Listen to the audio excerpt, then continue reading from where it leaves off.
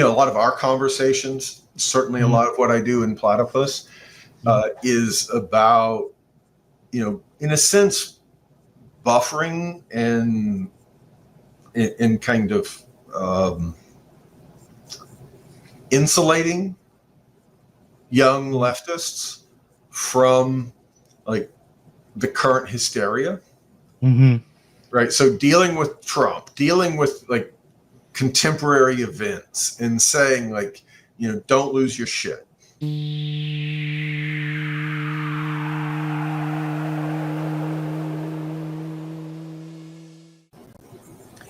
All right. Welcome to the Spencer Leonard Hour.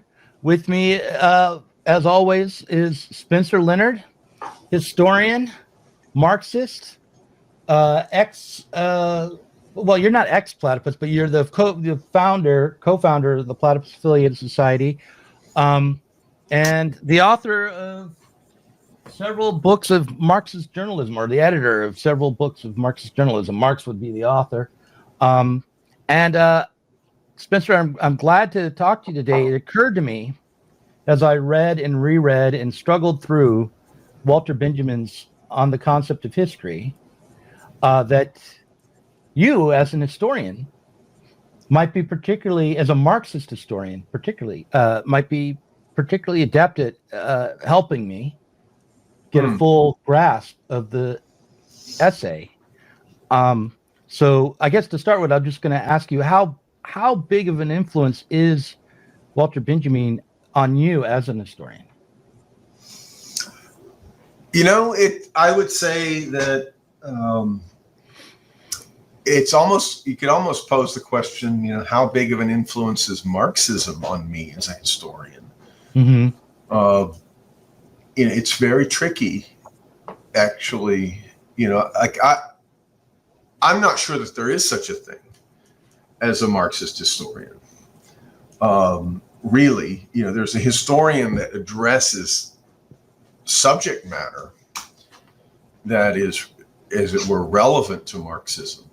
And there's you can be a historian that's aware more or less sufficiently or adequately of history that's buried, history that's actively forgotten.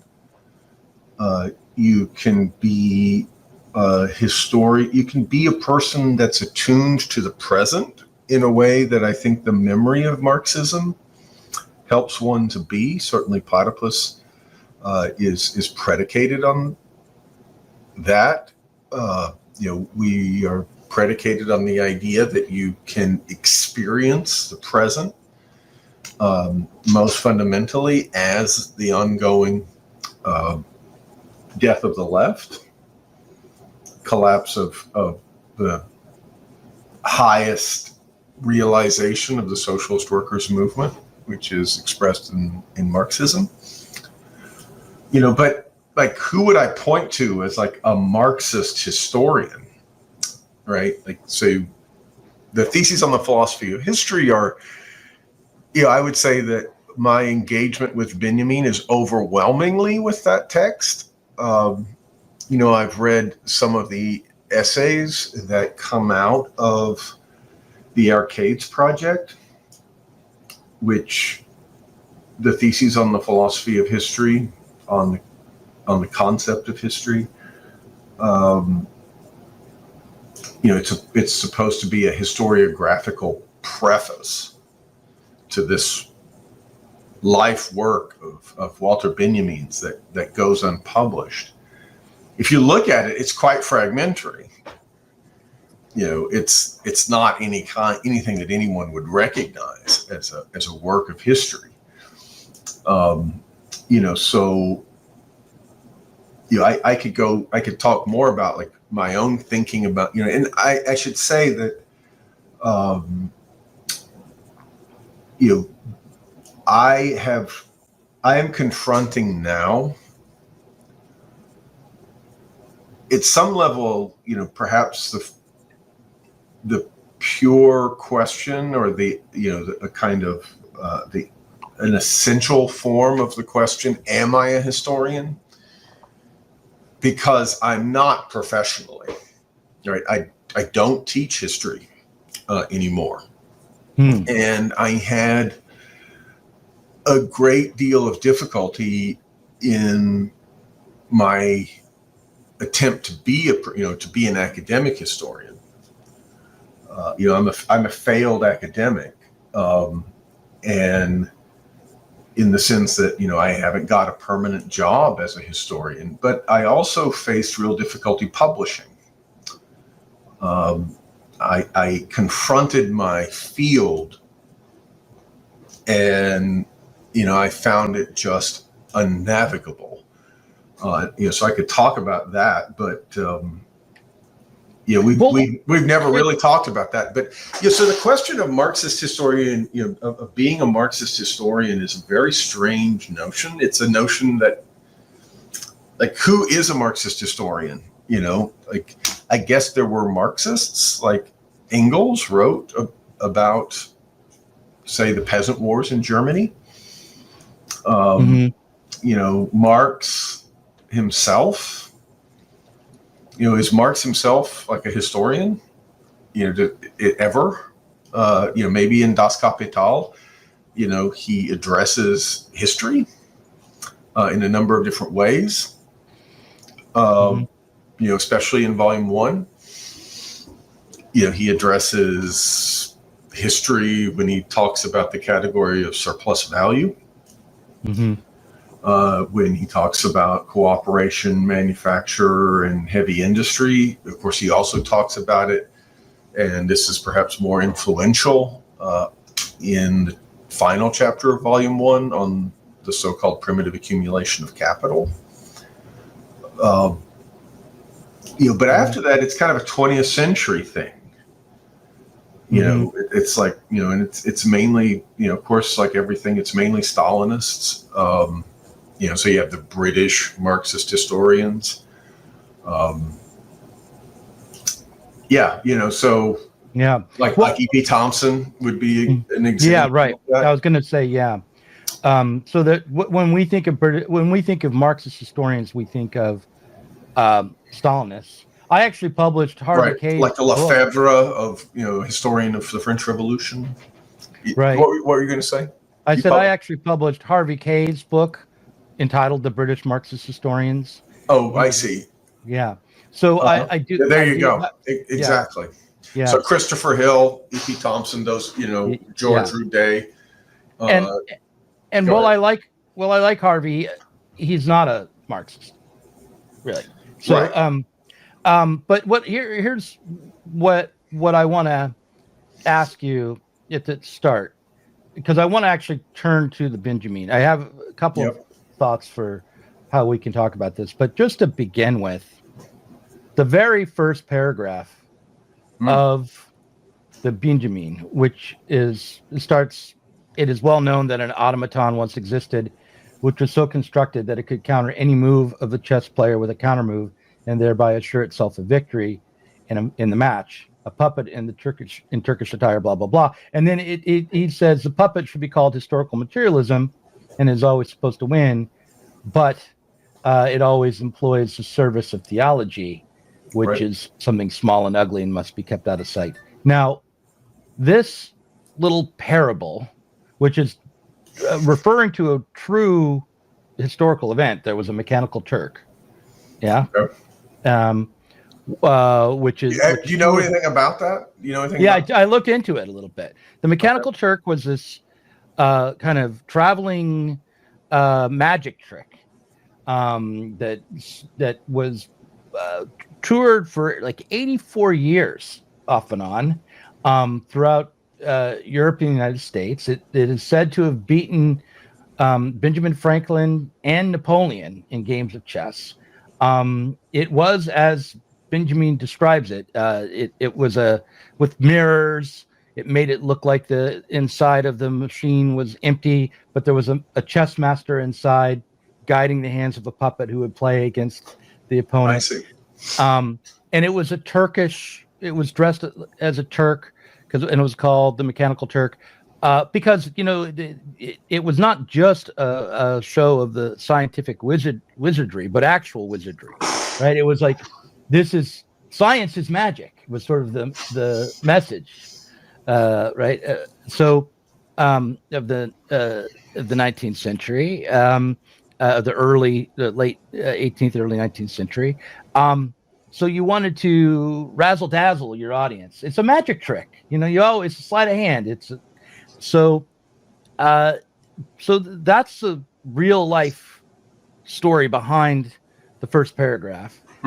But what's difficult for me at first was to understand why the chess master inside the box is now recast as a hunchback, a dwarf, and why does it represent theology? And what is Benjamin even talking about when he's talking about historical materialism? Well, it turns out he's talking about Stalinism and social democracy. He's not talking about the abstract theory of historical materialism. He's talking about the political fact of historical materialism in two forms, right? So now it's a critique.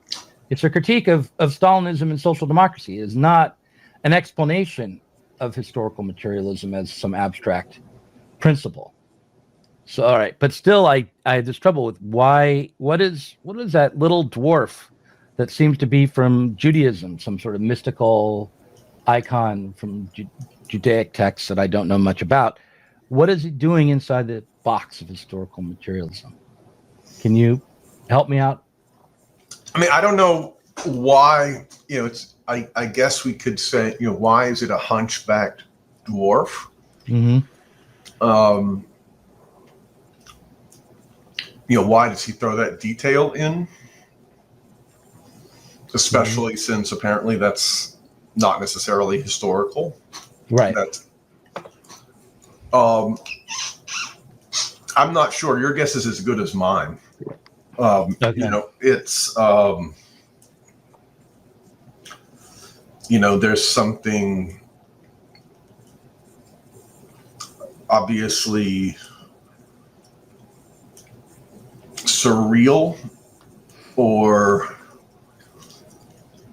extremely disturbing about, the physically deformed and monstrous. Mm-hmm. Right. I mean, we rarely encounter, actual, dwarfism, right? People who are like little people, and obviously they've been hired as circus freaks and represented, something outlandish for most civilizations, right? They are treated as freaks, right? There's something very bizarre, right? So you can have like a sexual fetish, right? You want to have sex with little people, right? There's all sorts, they're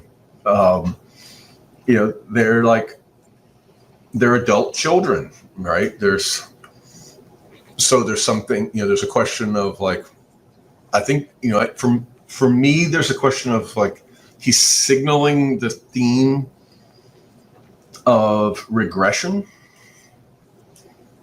here, or infantilism, or freakishness. It's going to become a running theme in this text. Mm-hmm. But more importantly, I think is the question.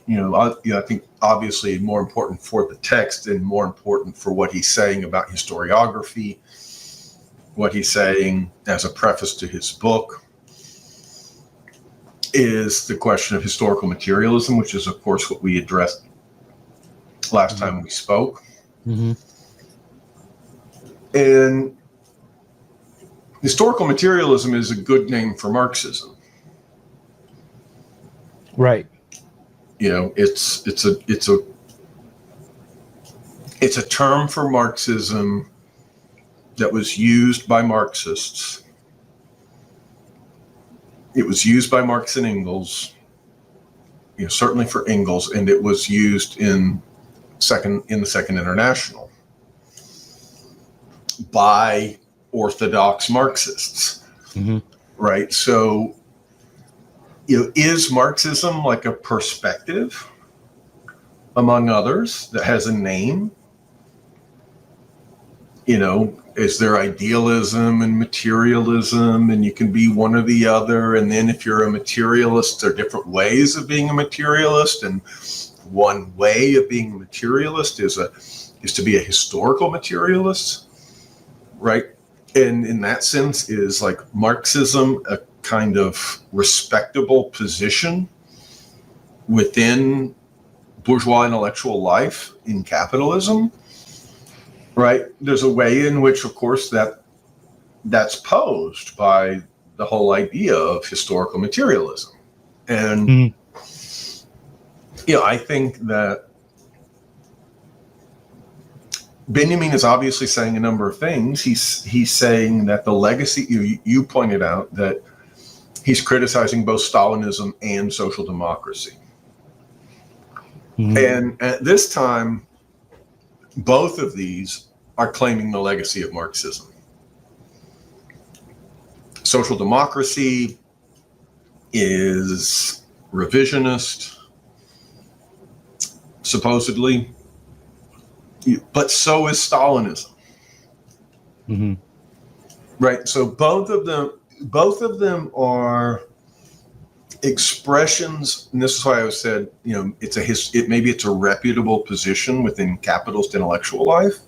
Mm-hmm. That both of them are Marxism in the sense that Marxism has become capitalist ideology. Mm-hmm. Right. And the further point that he's making here is that there's something theological.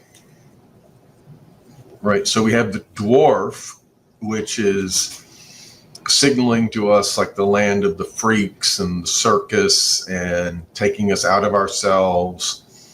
He's going to go on to talk about, phantasmagoria, other circus acts, or things, that are similar to circus acts, other experiences that take us out of ourselves and in which we kind of consume our own subjectivity. Mm-hmm. As pleasure. We can sort of consume our own fetish consciousness, our own fetishized consciousness. And he's saying that there's a theology in capitalism. What does that mean? And that Marxism has somehow harnessed it. Mm-hmm. We have regressed behind bourgeois thought itself. Bourgeois thought is supposed to be post-theological. Right. Right? The claim that we make for modernity and its philosophy is that we're no longer trying to figure out how many angels can dance on a head of a pin. Right? We're no longer doing medieval theology as philosophy. And so in that sense, we've recovered a relationship to philosophy. Mm-hmm. Maybe philosophy once existed. In the classical era, maybe Plato and Aristotle, Socrates are philosophers, but then they're rendered theological, right? Mm. Plato and there's Platonic Christianity and there's Aristotelian Christianity. They're both theological, Mm-hmm. right? There's the theology of St. Augustine and there's the theology of St. Thomas Aquinas. One's Neoplatonic, one's Neo-Aristotelian. Mm-hmm.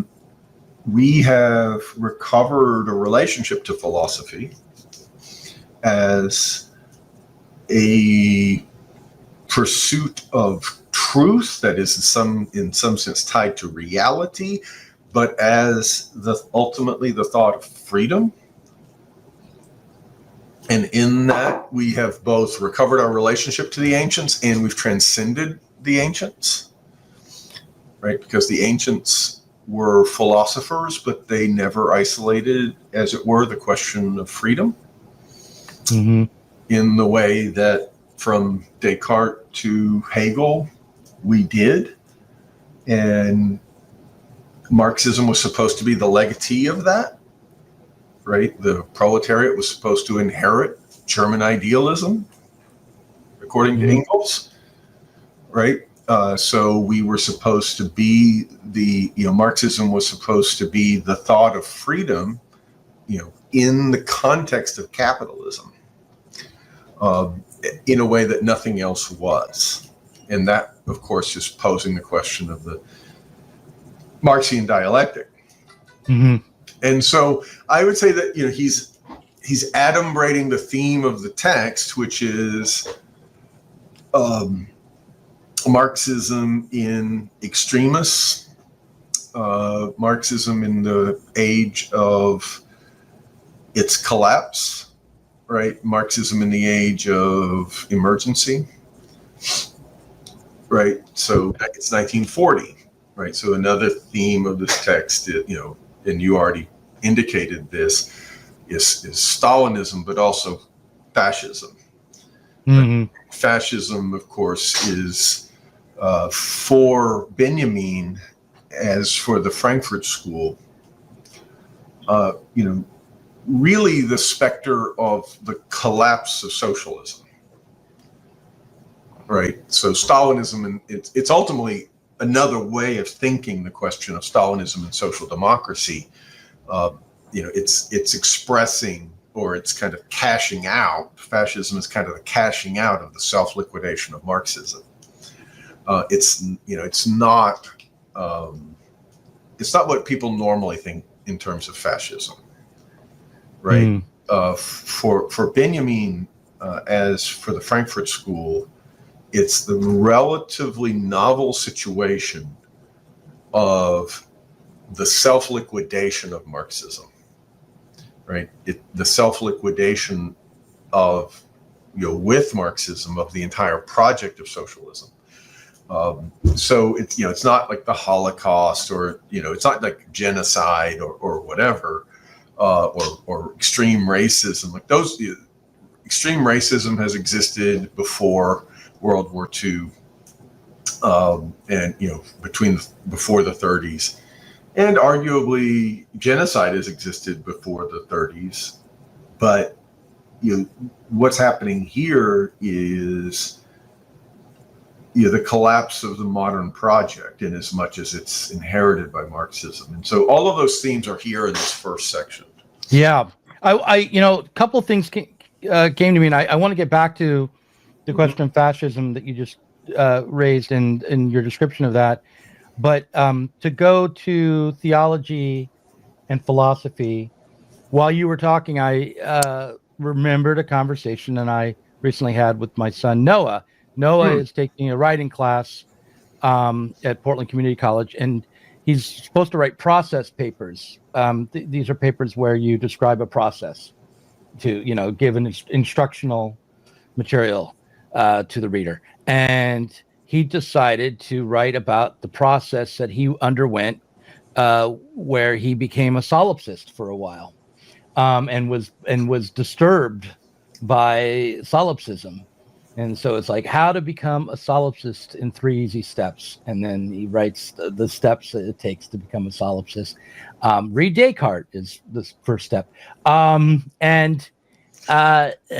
Descartes is supposed to cure you of solipsism. I know, but it doesn't, because Descartes, according to my son anyway, failed because of his reliance on God as the solution. So in any case, without getting into the nitty-gritty of his papers, which I was proud of and felt like I had influenced him in both good and bad ways, set him up with this problem of solipsism as a child. What a horrible thing to do to a kid. But on the other hand, he's wrangling with it now.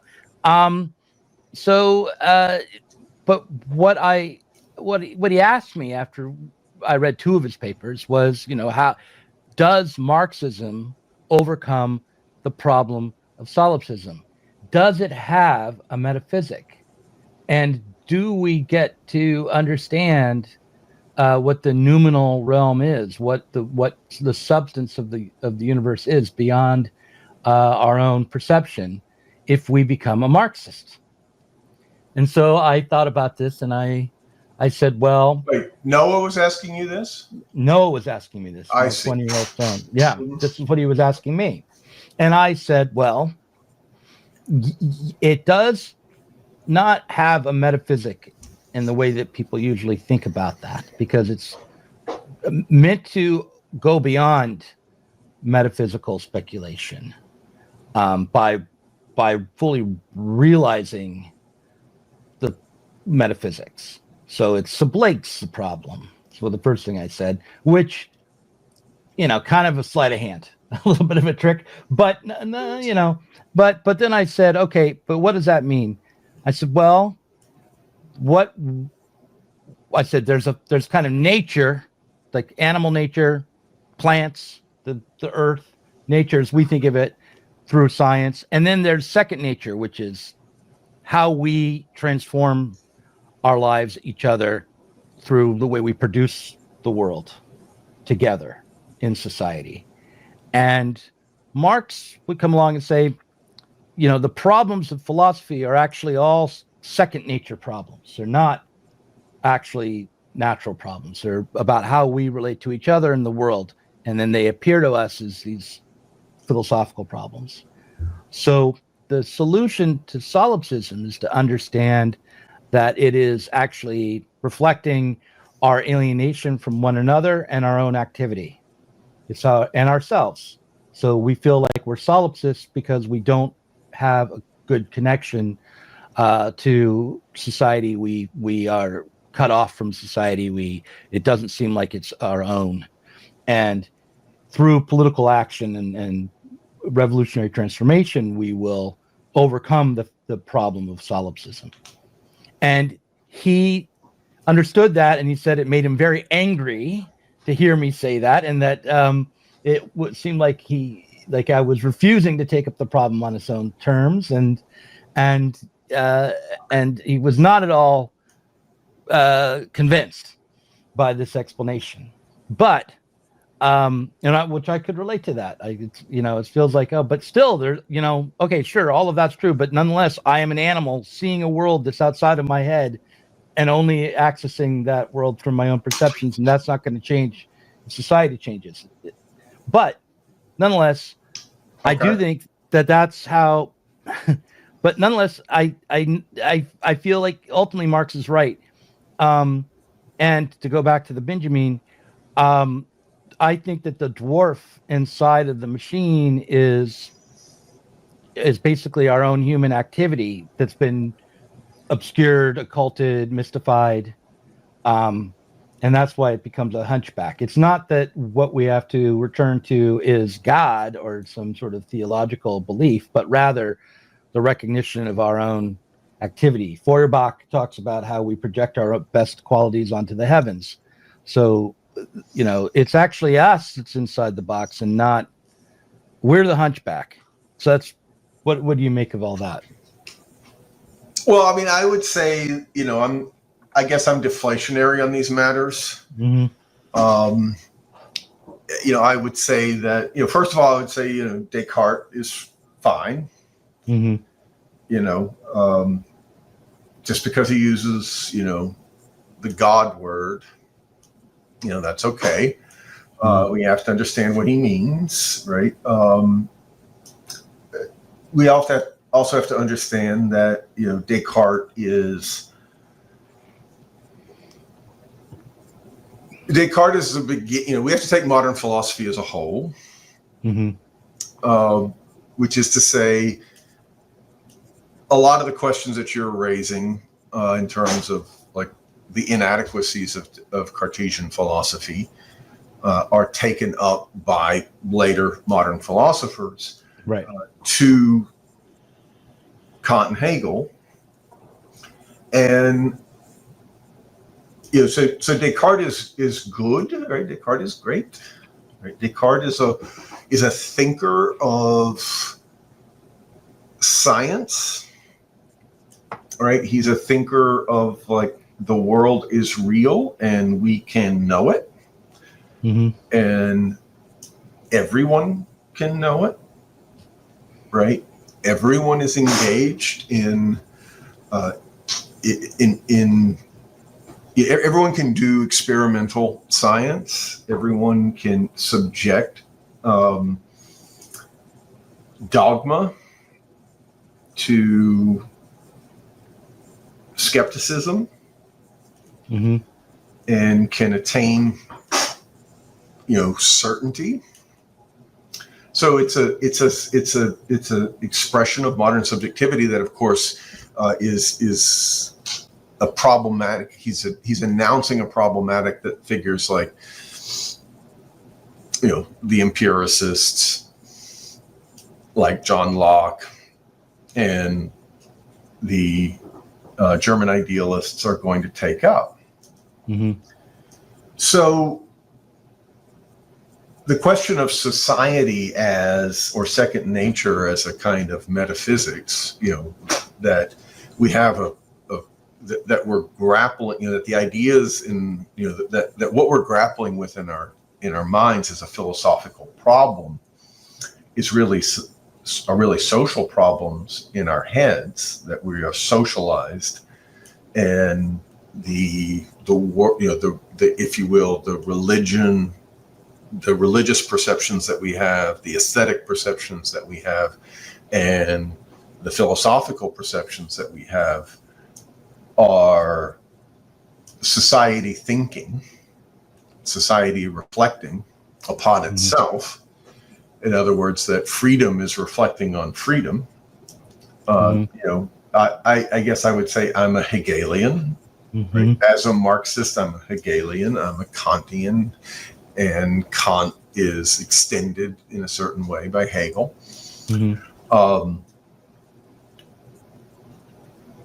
That whole question of society as a kind of metaphysical problem, history as a metaphysical problem, and those two, of course, are closely related. Society is historical. It changes historically. We, in some sense, know it because we know history. We know history because we know society. That problem comes under a certain kind of stress in capitalism. And it is deepened, and it, as it were, explodes into a new religion, right? Marx treats it this way. He treats it as, societies become like opaque in a new way, right? So if we think that, past forms of society were social and they had metaphysics, but they didn't know it, right? We have the image of the hunter and gatherer with his fetish objects. We are in some sense returned to that state in capitalism, even as we're aware of it, right? So we retain the modern awareness of, which is a liberal awareness that we have, that our problems are fundamentally social, and at the same time, they feel like they are directly natural, right? That they're that our society is no more transformable than the laws of nature are. In fact, the laws of nature, understood like a primitive understands fetishism. So that's what I would say is that what you're saying to Noah. I would distinguish between like the liberal moment of that, right? I would say that, from Rousseau to Hegel, like we're very clear that our society is the philosophical question. Advancing freedom in history is the philosophical question. And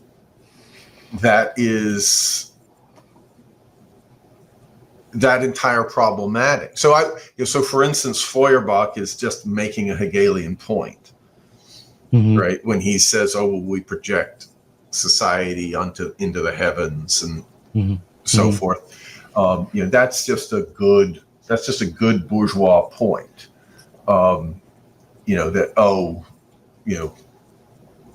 The cross is a secular image of the dilemma of humanity in time. That we are both eternal and finite, etc. Right? Whatever we want to say about Hegel as a Christian, right? Which is a very bizarre notion. Or when the bourgeoisie goes around the world and encounters all sorts of hunters and gatherers and people who practice other religions, and they're like, oh yeah, they're just subject to these, more primitive ideas. They're at an earlier stage. That's like, you don't have to be a philosopher to have these ideas, right? These are ideas that every modern person had. Whether Christopher Columbus and Vasco da Gama had those ideas, whether they were modern or not, it's another matter. But certainly later people encountering the Hottentots in Africa, or encountering the Native American people, or encountering the Confucians and the Buddhists and the Hindus, or the Australian Aborigines. This is what people spontaneously said. And of course, Hegel is explaining that. Rousseau is explaining that. Adam Smith is explaining that. Kant is explaining that. Hegel is explaining that. So, I guess to me, the idea that maybe I'm a brain in the vat, and an evil God, or a demigod that has control over my brain and is making me believe that the world exists and that other people exist and that other minds exist. That to me is a fairly primitive problem that maybe isn't quite the same as it was for Descartes. Maybe it's bound up with weird psychology now, and narcissism and other problems now. Maybe it's more maybe Noah's dealing with his own psychology more than he's dealing with that sort of originary, modern philosophical problem. But yeah, that's what I was, obviously for Marx, I would say that liberal society, the society of brought into being by the transformation that we know as the rise of bourgeois society, which attained a self-consciousness, a self-awareness as it was consolidated, with the owl of Minerva flying at dusk after 250 years of the rise of bourgeois society. It starts to think about itself pretty systematically in people like Adam Smith, who have pretty deep awareness philosophically of what the problem is and what the nature of society is and what its social relations are, and that we have the commodity form of labor, blah blah blah, right? That we have that wage labor is a fundamental expression, is a phenomenal expression of our social relations.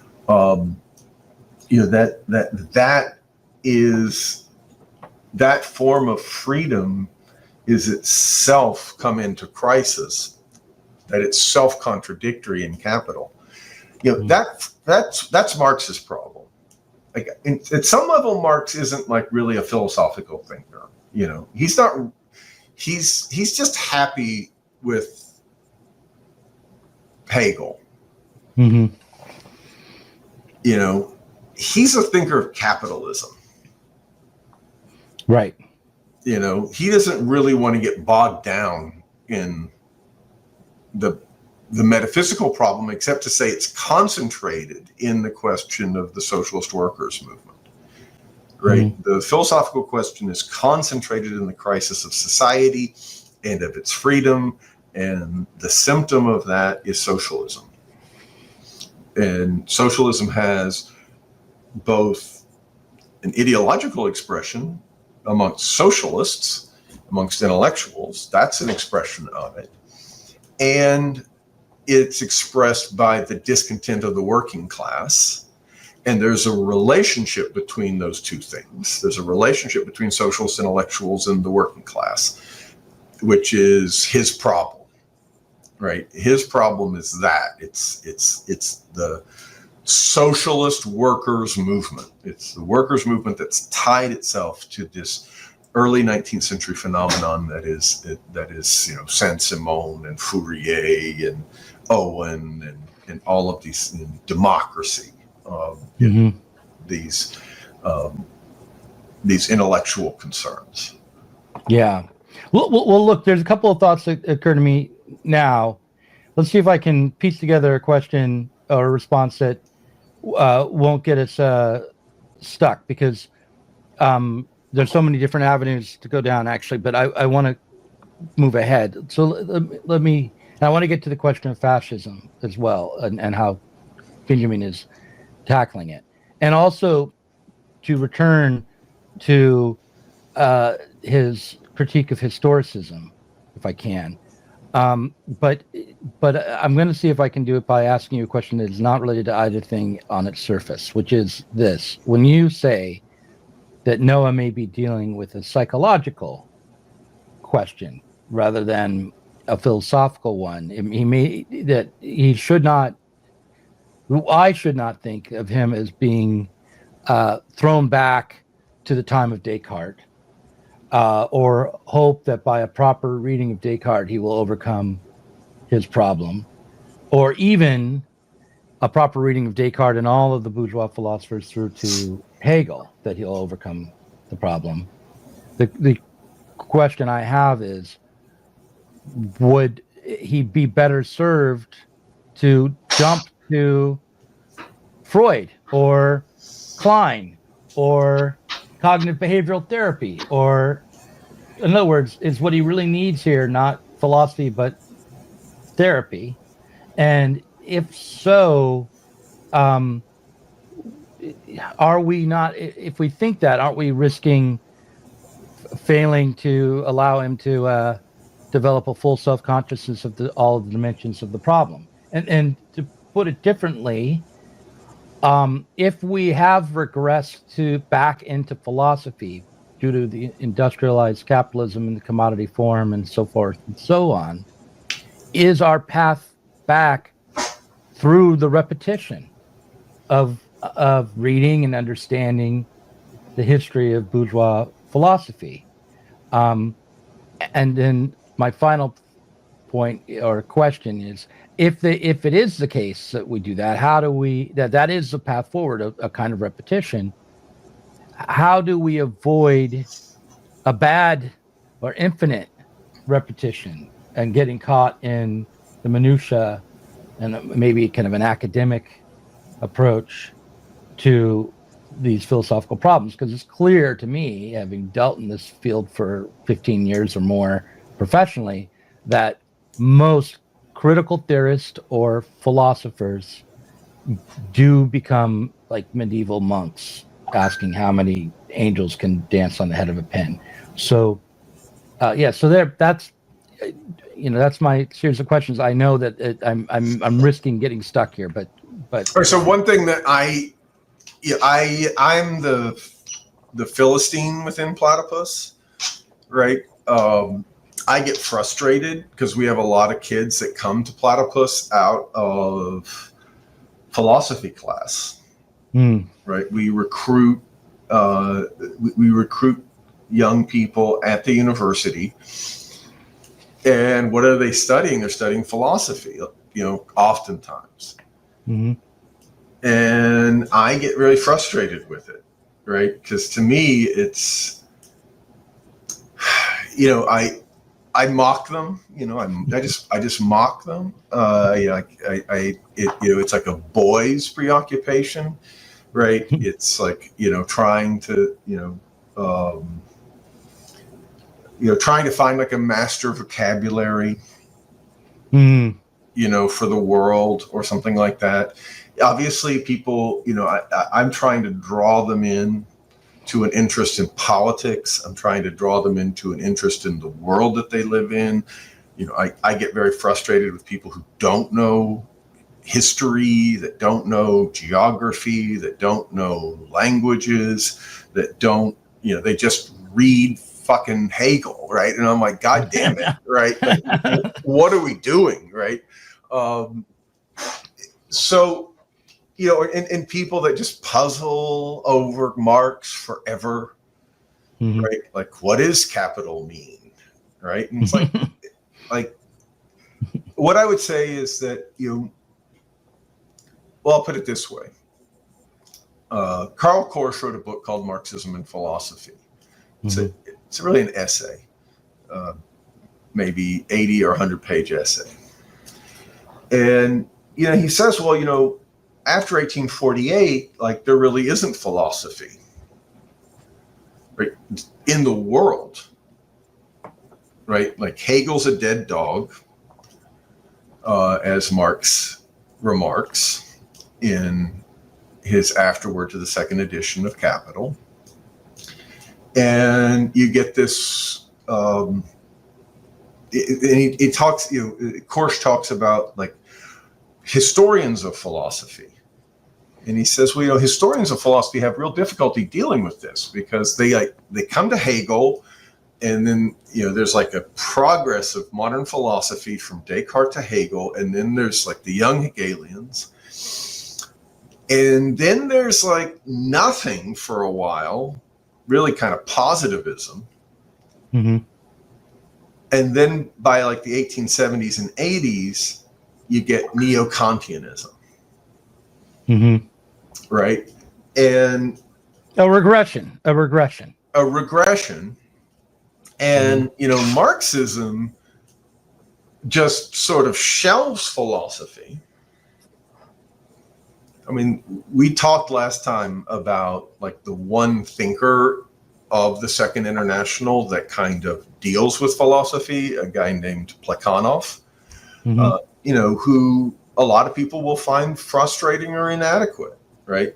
They'll think it's vulgar, or people will accuse Engels's treatment of philosophy, of the history of philosophy, as vulgar. They'll like, nothing but Marx will do, right? But Marx himself doesn't really talk about philosophy after 1848, right? All of his direct address to philosophy is over by the time he writes the Communist Manifesto. And Korsch is, in effect saying, well, on the one hand, this is a healthy impulse, because all of philosophy does boil down to the question of, are we going to and how are we going to institute the dictatorship of the proletariat? That's the only philosophical question. Like that is what it all boils down to, right? It is the task of socialism. Right. Politically understood. On the other hand, the liquidation of the preoccupation with philosophy by Marxism, or within Marxism, is a symptom of the coming revisionism, or it's a symptom of the degradation of Marxism, because it's an abandonment of the question of freedom. Right. And socialism just becomes a project within capitalism rather than an overcoming of capitalism. That the question of when we lose sight of philosophy, we lose sight of the significance of the socialist transformation, which is thought to be only possible through the achievement of the dictatorship of the proletariat. And in that sense, we're abandoning the task of the dictatorship of the proletariat. By not understanding, another way of putting that is that philosophy understands that the project of socialism, or Marxism in its philosophical aspect, understands that the workers' struggle is actually a struggle to transform the totality of society. that it has a character that's as, in a sense, universal as the question of human freedom. It's not just a question of the overcoming or the amelioration of the exploitation of the workers. It's actually a question of the overcoming of the condition of the proletarian condition, right? And so, for Korsch, the question of philosophy is a question of the necessity of a total transformation of society, right? And losing sight of philosophy, and in that sense, succumbing to the broader regression with respect to philosophy, right? In other words, we haven't set aside the philosophical problematic in favor of the task of political revolution and thereby social revolution. Rather, what we've done is we've succumbed to the neo-Kantianism of the wider society. Right. Can I just want to interject. And by the way, this is what the preoccupation with historicism in Benjamin is about. Right. This is exactly what I was about to say. I was saying Benjamin talks about this just as Korsch does, right? Only for him, the return to something theological rather than philosophical is at issue, and that is juxtaposed against the progressivism of historical materialism in both the Stalinist and social democratic forms, where we presume that we've already cleared aside all the impediments, we've worked through everything that we've produced in history, and now just have a straight path towards total human emancipation that we need to go on a trek to complete, right? But what Benjamin is saying throughout this piece on the concept of history is that no, we have to contend with what we've done and who we are, and our defeats, and those defeats are behind us. They're what we call history, and they will return to us in certain moments. And the society we're in, the society defined by, let's say, historical materialism, will try to suppress our understanding of these past moments. We'll forget. There's a constant process of forgetting, and we instead need to remember the past in the present through our own activity in the present. Right, which is to be contrasted with the historian's effort to remember the past. Right. The historians are remembering the past as the form of capitalist forgetting. Right. That's the point, right? That historicism is an apology for the necessity of the present. Right. And this is why I was saying before, I'm not sure there's a Marxist way to write history, actually. To me, history is becoming sub-bourgeois, right? In its modern professional, obviously I know what professional historians do. We go and we inevitably know more than the past knew, right? Or that's the goal, that's the ideal of historicism, right? That you get, and of course this is instilled in graduate school in a history PhD program, right? That you have to know, ideally, all the sources, and all of the secondary writing, all the sources and what's been done with them. And presumably when you're criticizing the secondary sources, you can only do that on the basis of better knowing the primary sources, right? And so, I have to, if I want to get published, I have to say, see, I have these new sources.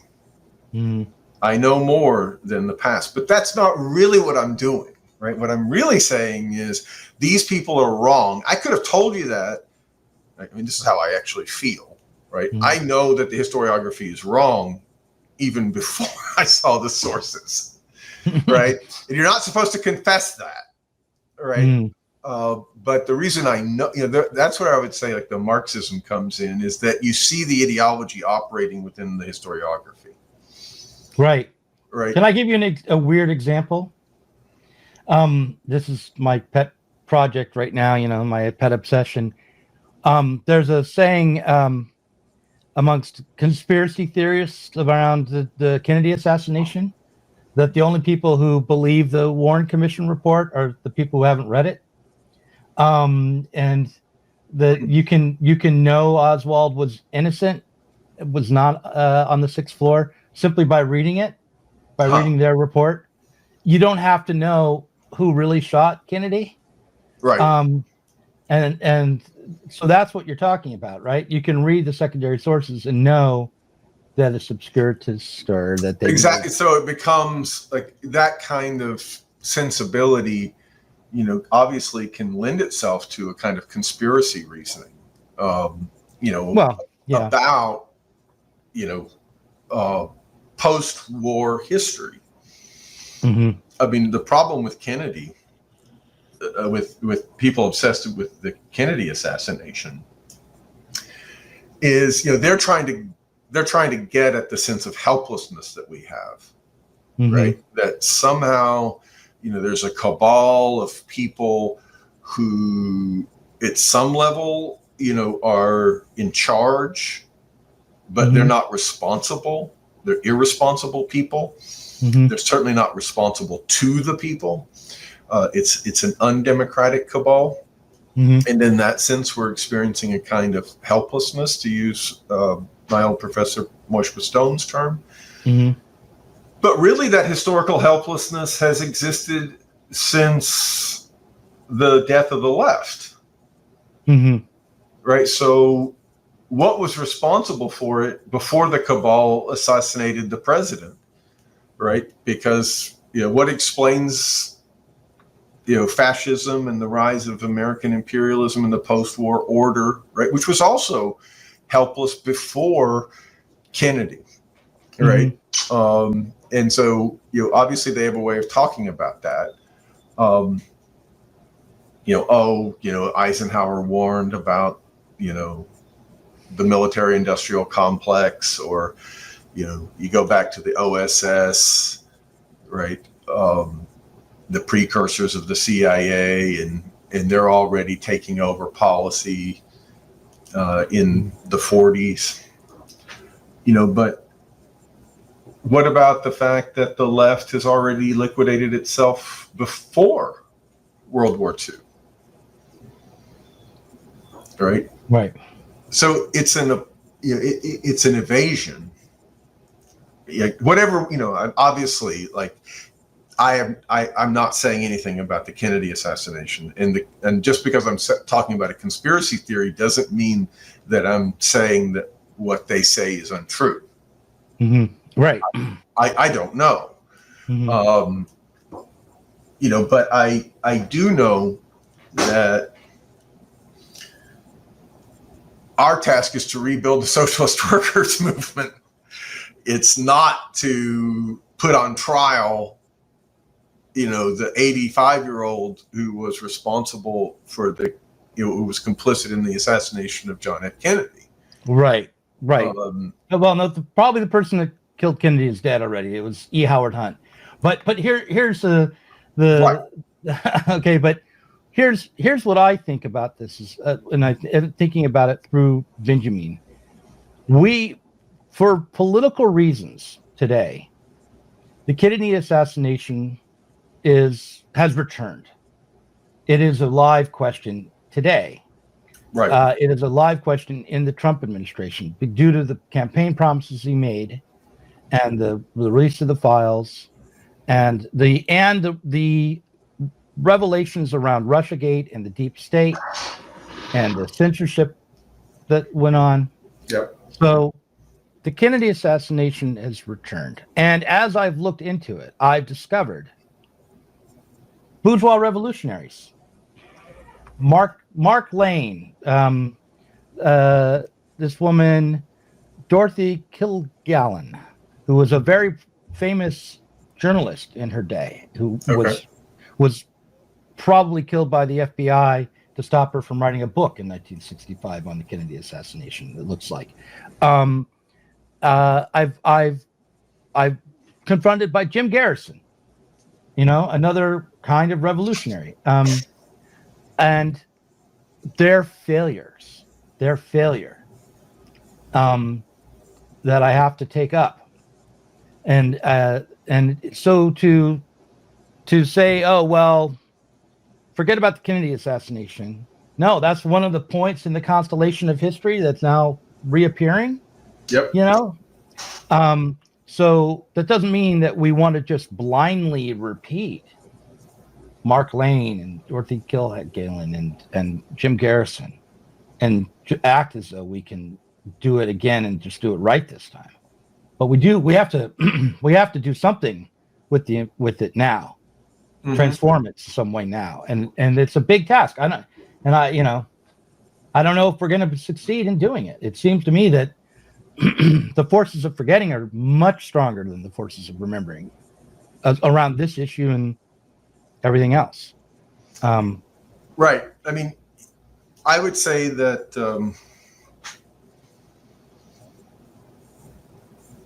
the present, the experience of Trump, the Trump years, have made me rethink history in all kinds of ways, in all kinds of sort of Benjaminian ways. Mm-hmm. But to speak in a somewhat frivolous way, right? Mm-hmm. I'm a lot less confident about the necessity and validity, or as it were, the legitimacy of impeaching Richard Nixon mm-hmm. than I was before 2015. Mm-hmm. Right. I'm like, oh, this is some kind of deep state operation. Right. Mm-hmm. Like, to me, like in the past, I would have thought like, oh, Nixon is like part of the forces that killed Kennedy or something like that. Right. He's part of mm-hmm. the conspiracy against liberalism. I would have had, some kind of residual progressivist narrative in my head. And I would have viewed the impeachment as a triumph of journalism and of, mm-hmm.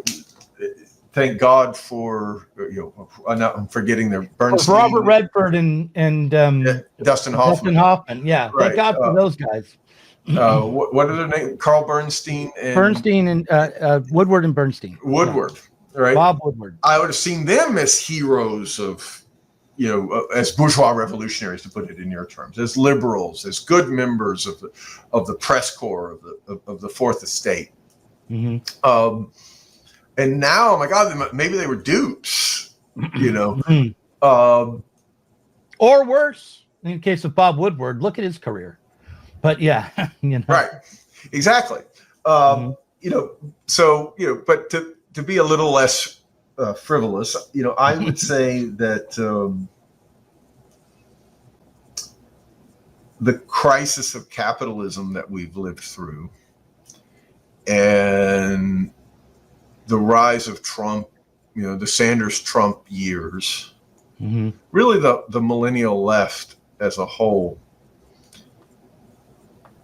caused the bourgeois revolution to flash up before my mind, mm-hmm. right? To use Benjaminian terms, right? Like the reconsideration of bourgeois thought and its relationship to socialism and Marx, the reconsideration in that sense of Marx and Marxism, mm-hmm. As a form of the self-consciousness of liberalism in distress. Mm-hmm. Whereas before I would have thought of it as like a radicalism or something like that, right? As anti-liberal, mm-hmm. or to a degree, I was subject to that. Mm-hmm. And my frustration has been how little the experience of recent history of the past 20 odd years has been a moment for others in which history,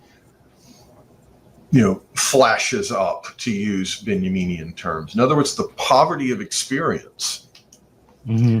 right? The way that people just can't experience what's going on, right? And they, and we're now to the point where all there is, once again, is Stalinism and social democracy. Mm-hmm. Right? We either have like the Jacobin crowd talking about Zoran Mamdani in a kind of social democratic way, or we have the neo-Stalinists talking about anti-imperialism and the Palestinian struggle, and really that's the left. Mm-hmm. Right? The left is like a highly degenerate form of what Benjamin is already talking about. Right. Right. And so, and there's with like no self-consciousness of the repetition. I can't, this is something I have real trouble with. I can't understand, especially with Mamdani. I can't understand how people are not seeing first how this is a repetition and how it's so debased and obviously disposable. Obviously, this is going to be short-lived. I mean, it seems to me, one way or another. I mean, the way, I'm shocked. I did listen to the public segment of your last Catrone Zone, and obviously I talked to Chris about these things. Like, we already have a socialist mayor in a major American city. His name is Brandon Johnson. He's the mayor of Chicago. Right. And he's as Chris pointed out there, this guy is like a real leftist. Like, he's been on a platypus panel with a bunch of Marxists. Right. I believe he was on a panel with Adolph Reed.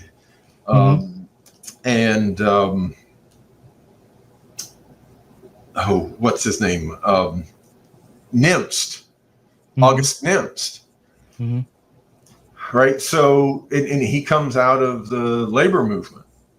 He comes out of the teachers union in Chicago, which went on strike in the summer of 2012 as a protest against Obama's first term.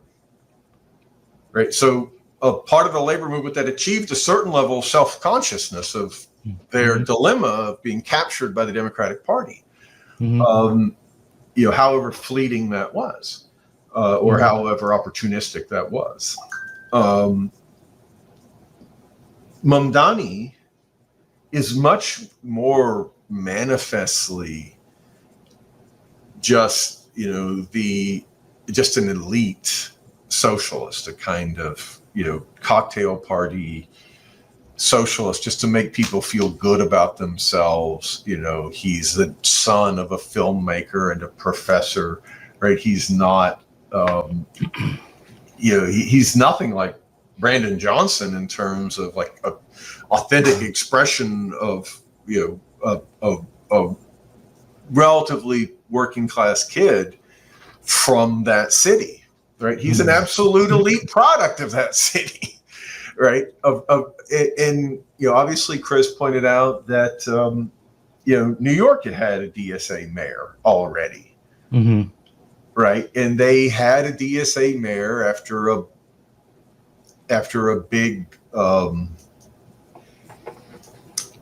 relative. I did a podcast that's still not been released on the film Glory, which I know that you and I've talked about. And I was thinking about 1989 a lot in thinking about that podcast. And I looked back at the history because I was like, how did this film get made? And I was remembering how rotten the 80s were, with Reverend Al Sharpton ginning up, effectively the precursor of Black Lives Matter in New York City in the 80s. And that's what got David Dinkins elected, right? It was, the fascists are in power nationally, Ronald Reagan, and we have racism in America. And I'm trying to remember the tragic case in Bensonhurst where, there was, of course, an incident of racism, and a young African American was killed, not by the cops, but by a mob of people. In that sense, much more emphatic case of racism. Nevertheless, it was demagogued by Sharpton, and Ed Koch was tied to it, which was dubious. And they brought in the first Black mayor of New York. And, he was the mayor of New York for a little while, and then they got Rudy Giuliani. I went to New York City in 1989, and I remember a bunch of junkies, and I remember I scoring an 8-ball of blow and partying with my friends. And, it was a rough city, but it was a fun city, but it wasn't a socialist city, Right. Not at all. Right? It was just New York in 1989, 1990. Yeah, it was the city of the bonfire of vanities. Is what that was. Right. And so that's what Dinkins presided over.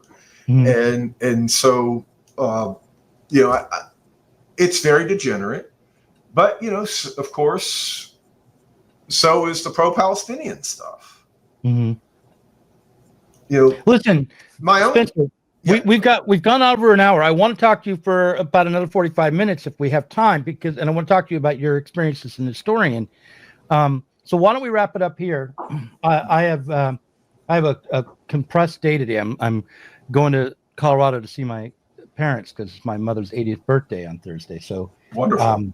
Yeah. So, but yeah, I will. Isn't it nice to have our mothers? Yes, it's nice to still have them around. Yeah. I will wrap it up here and urge everyone to go to the Patreon to hear the second half. And thanks. This was a really good conversation. Talk to you soon.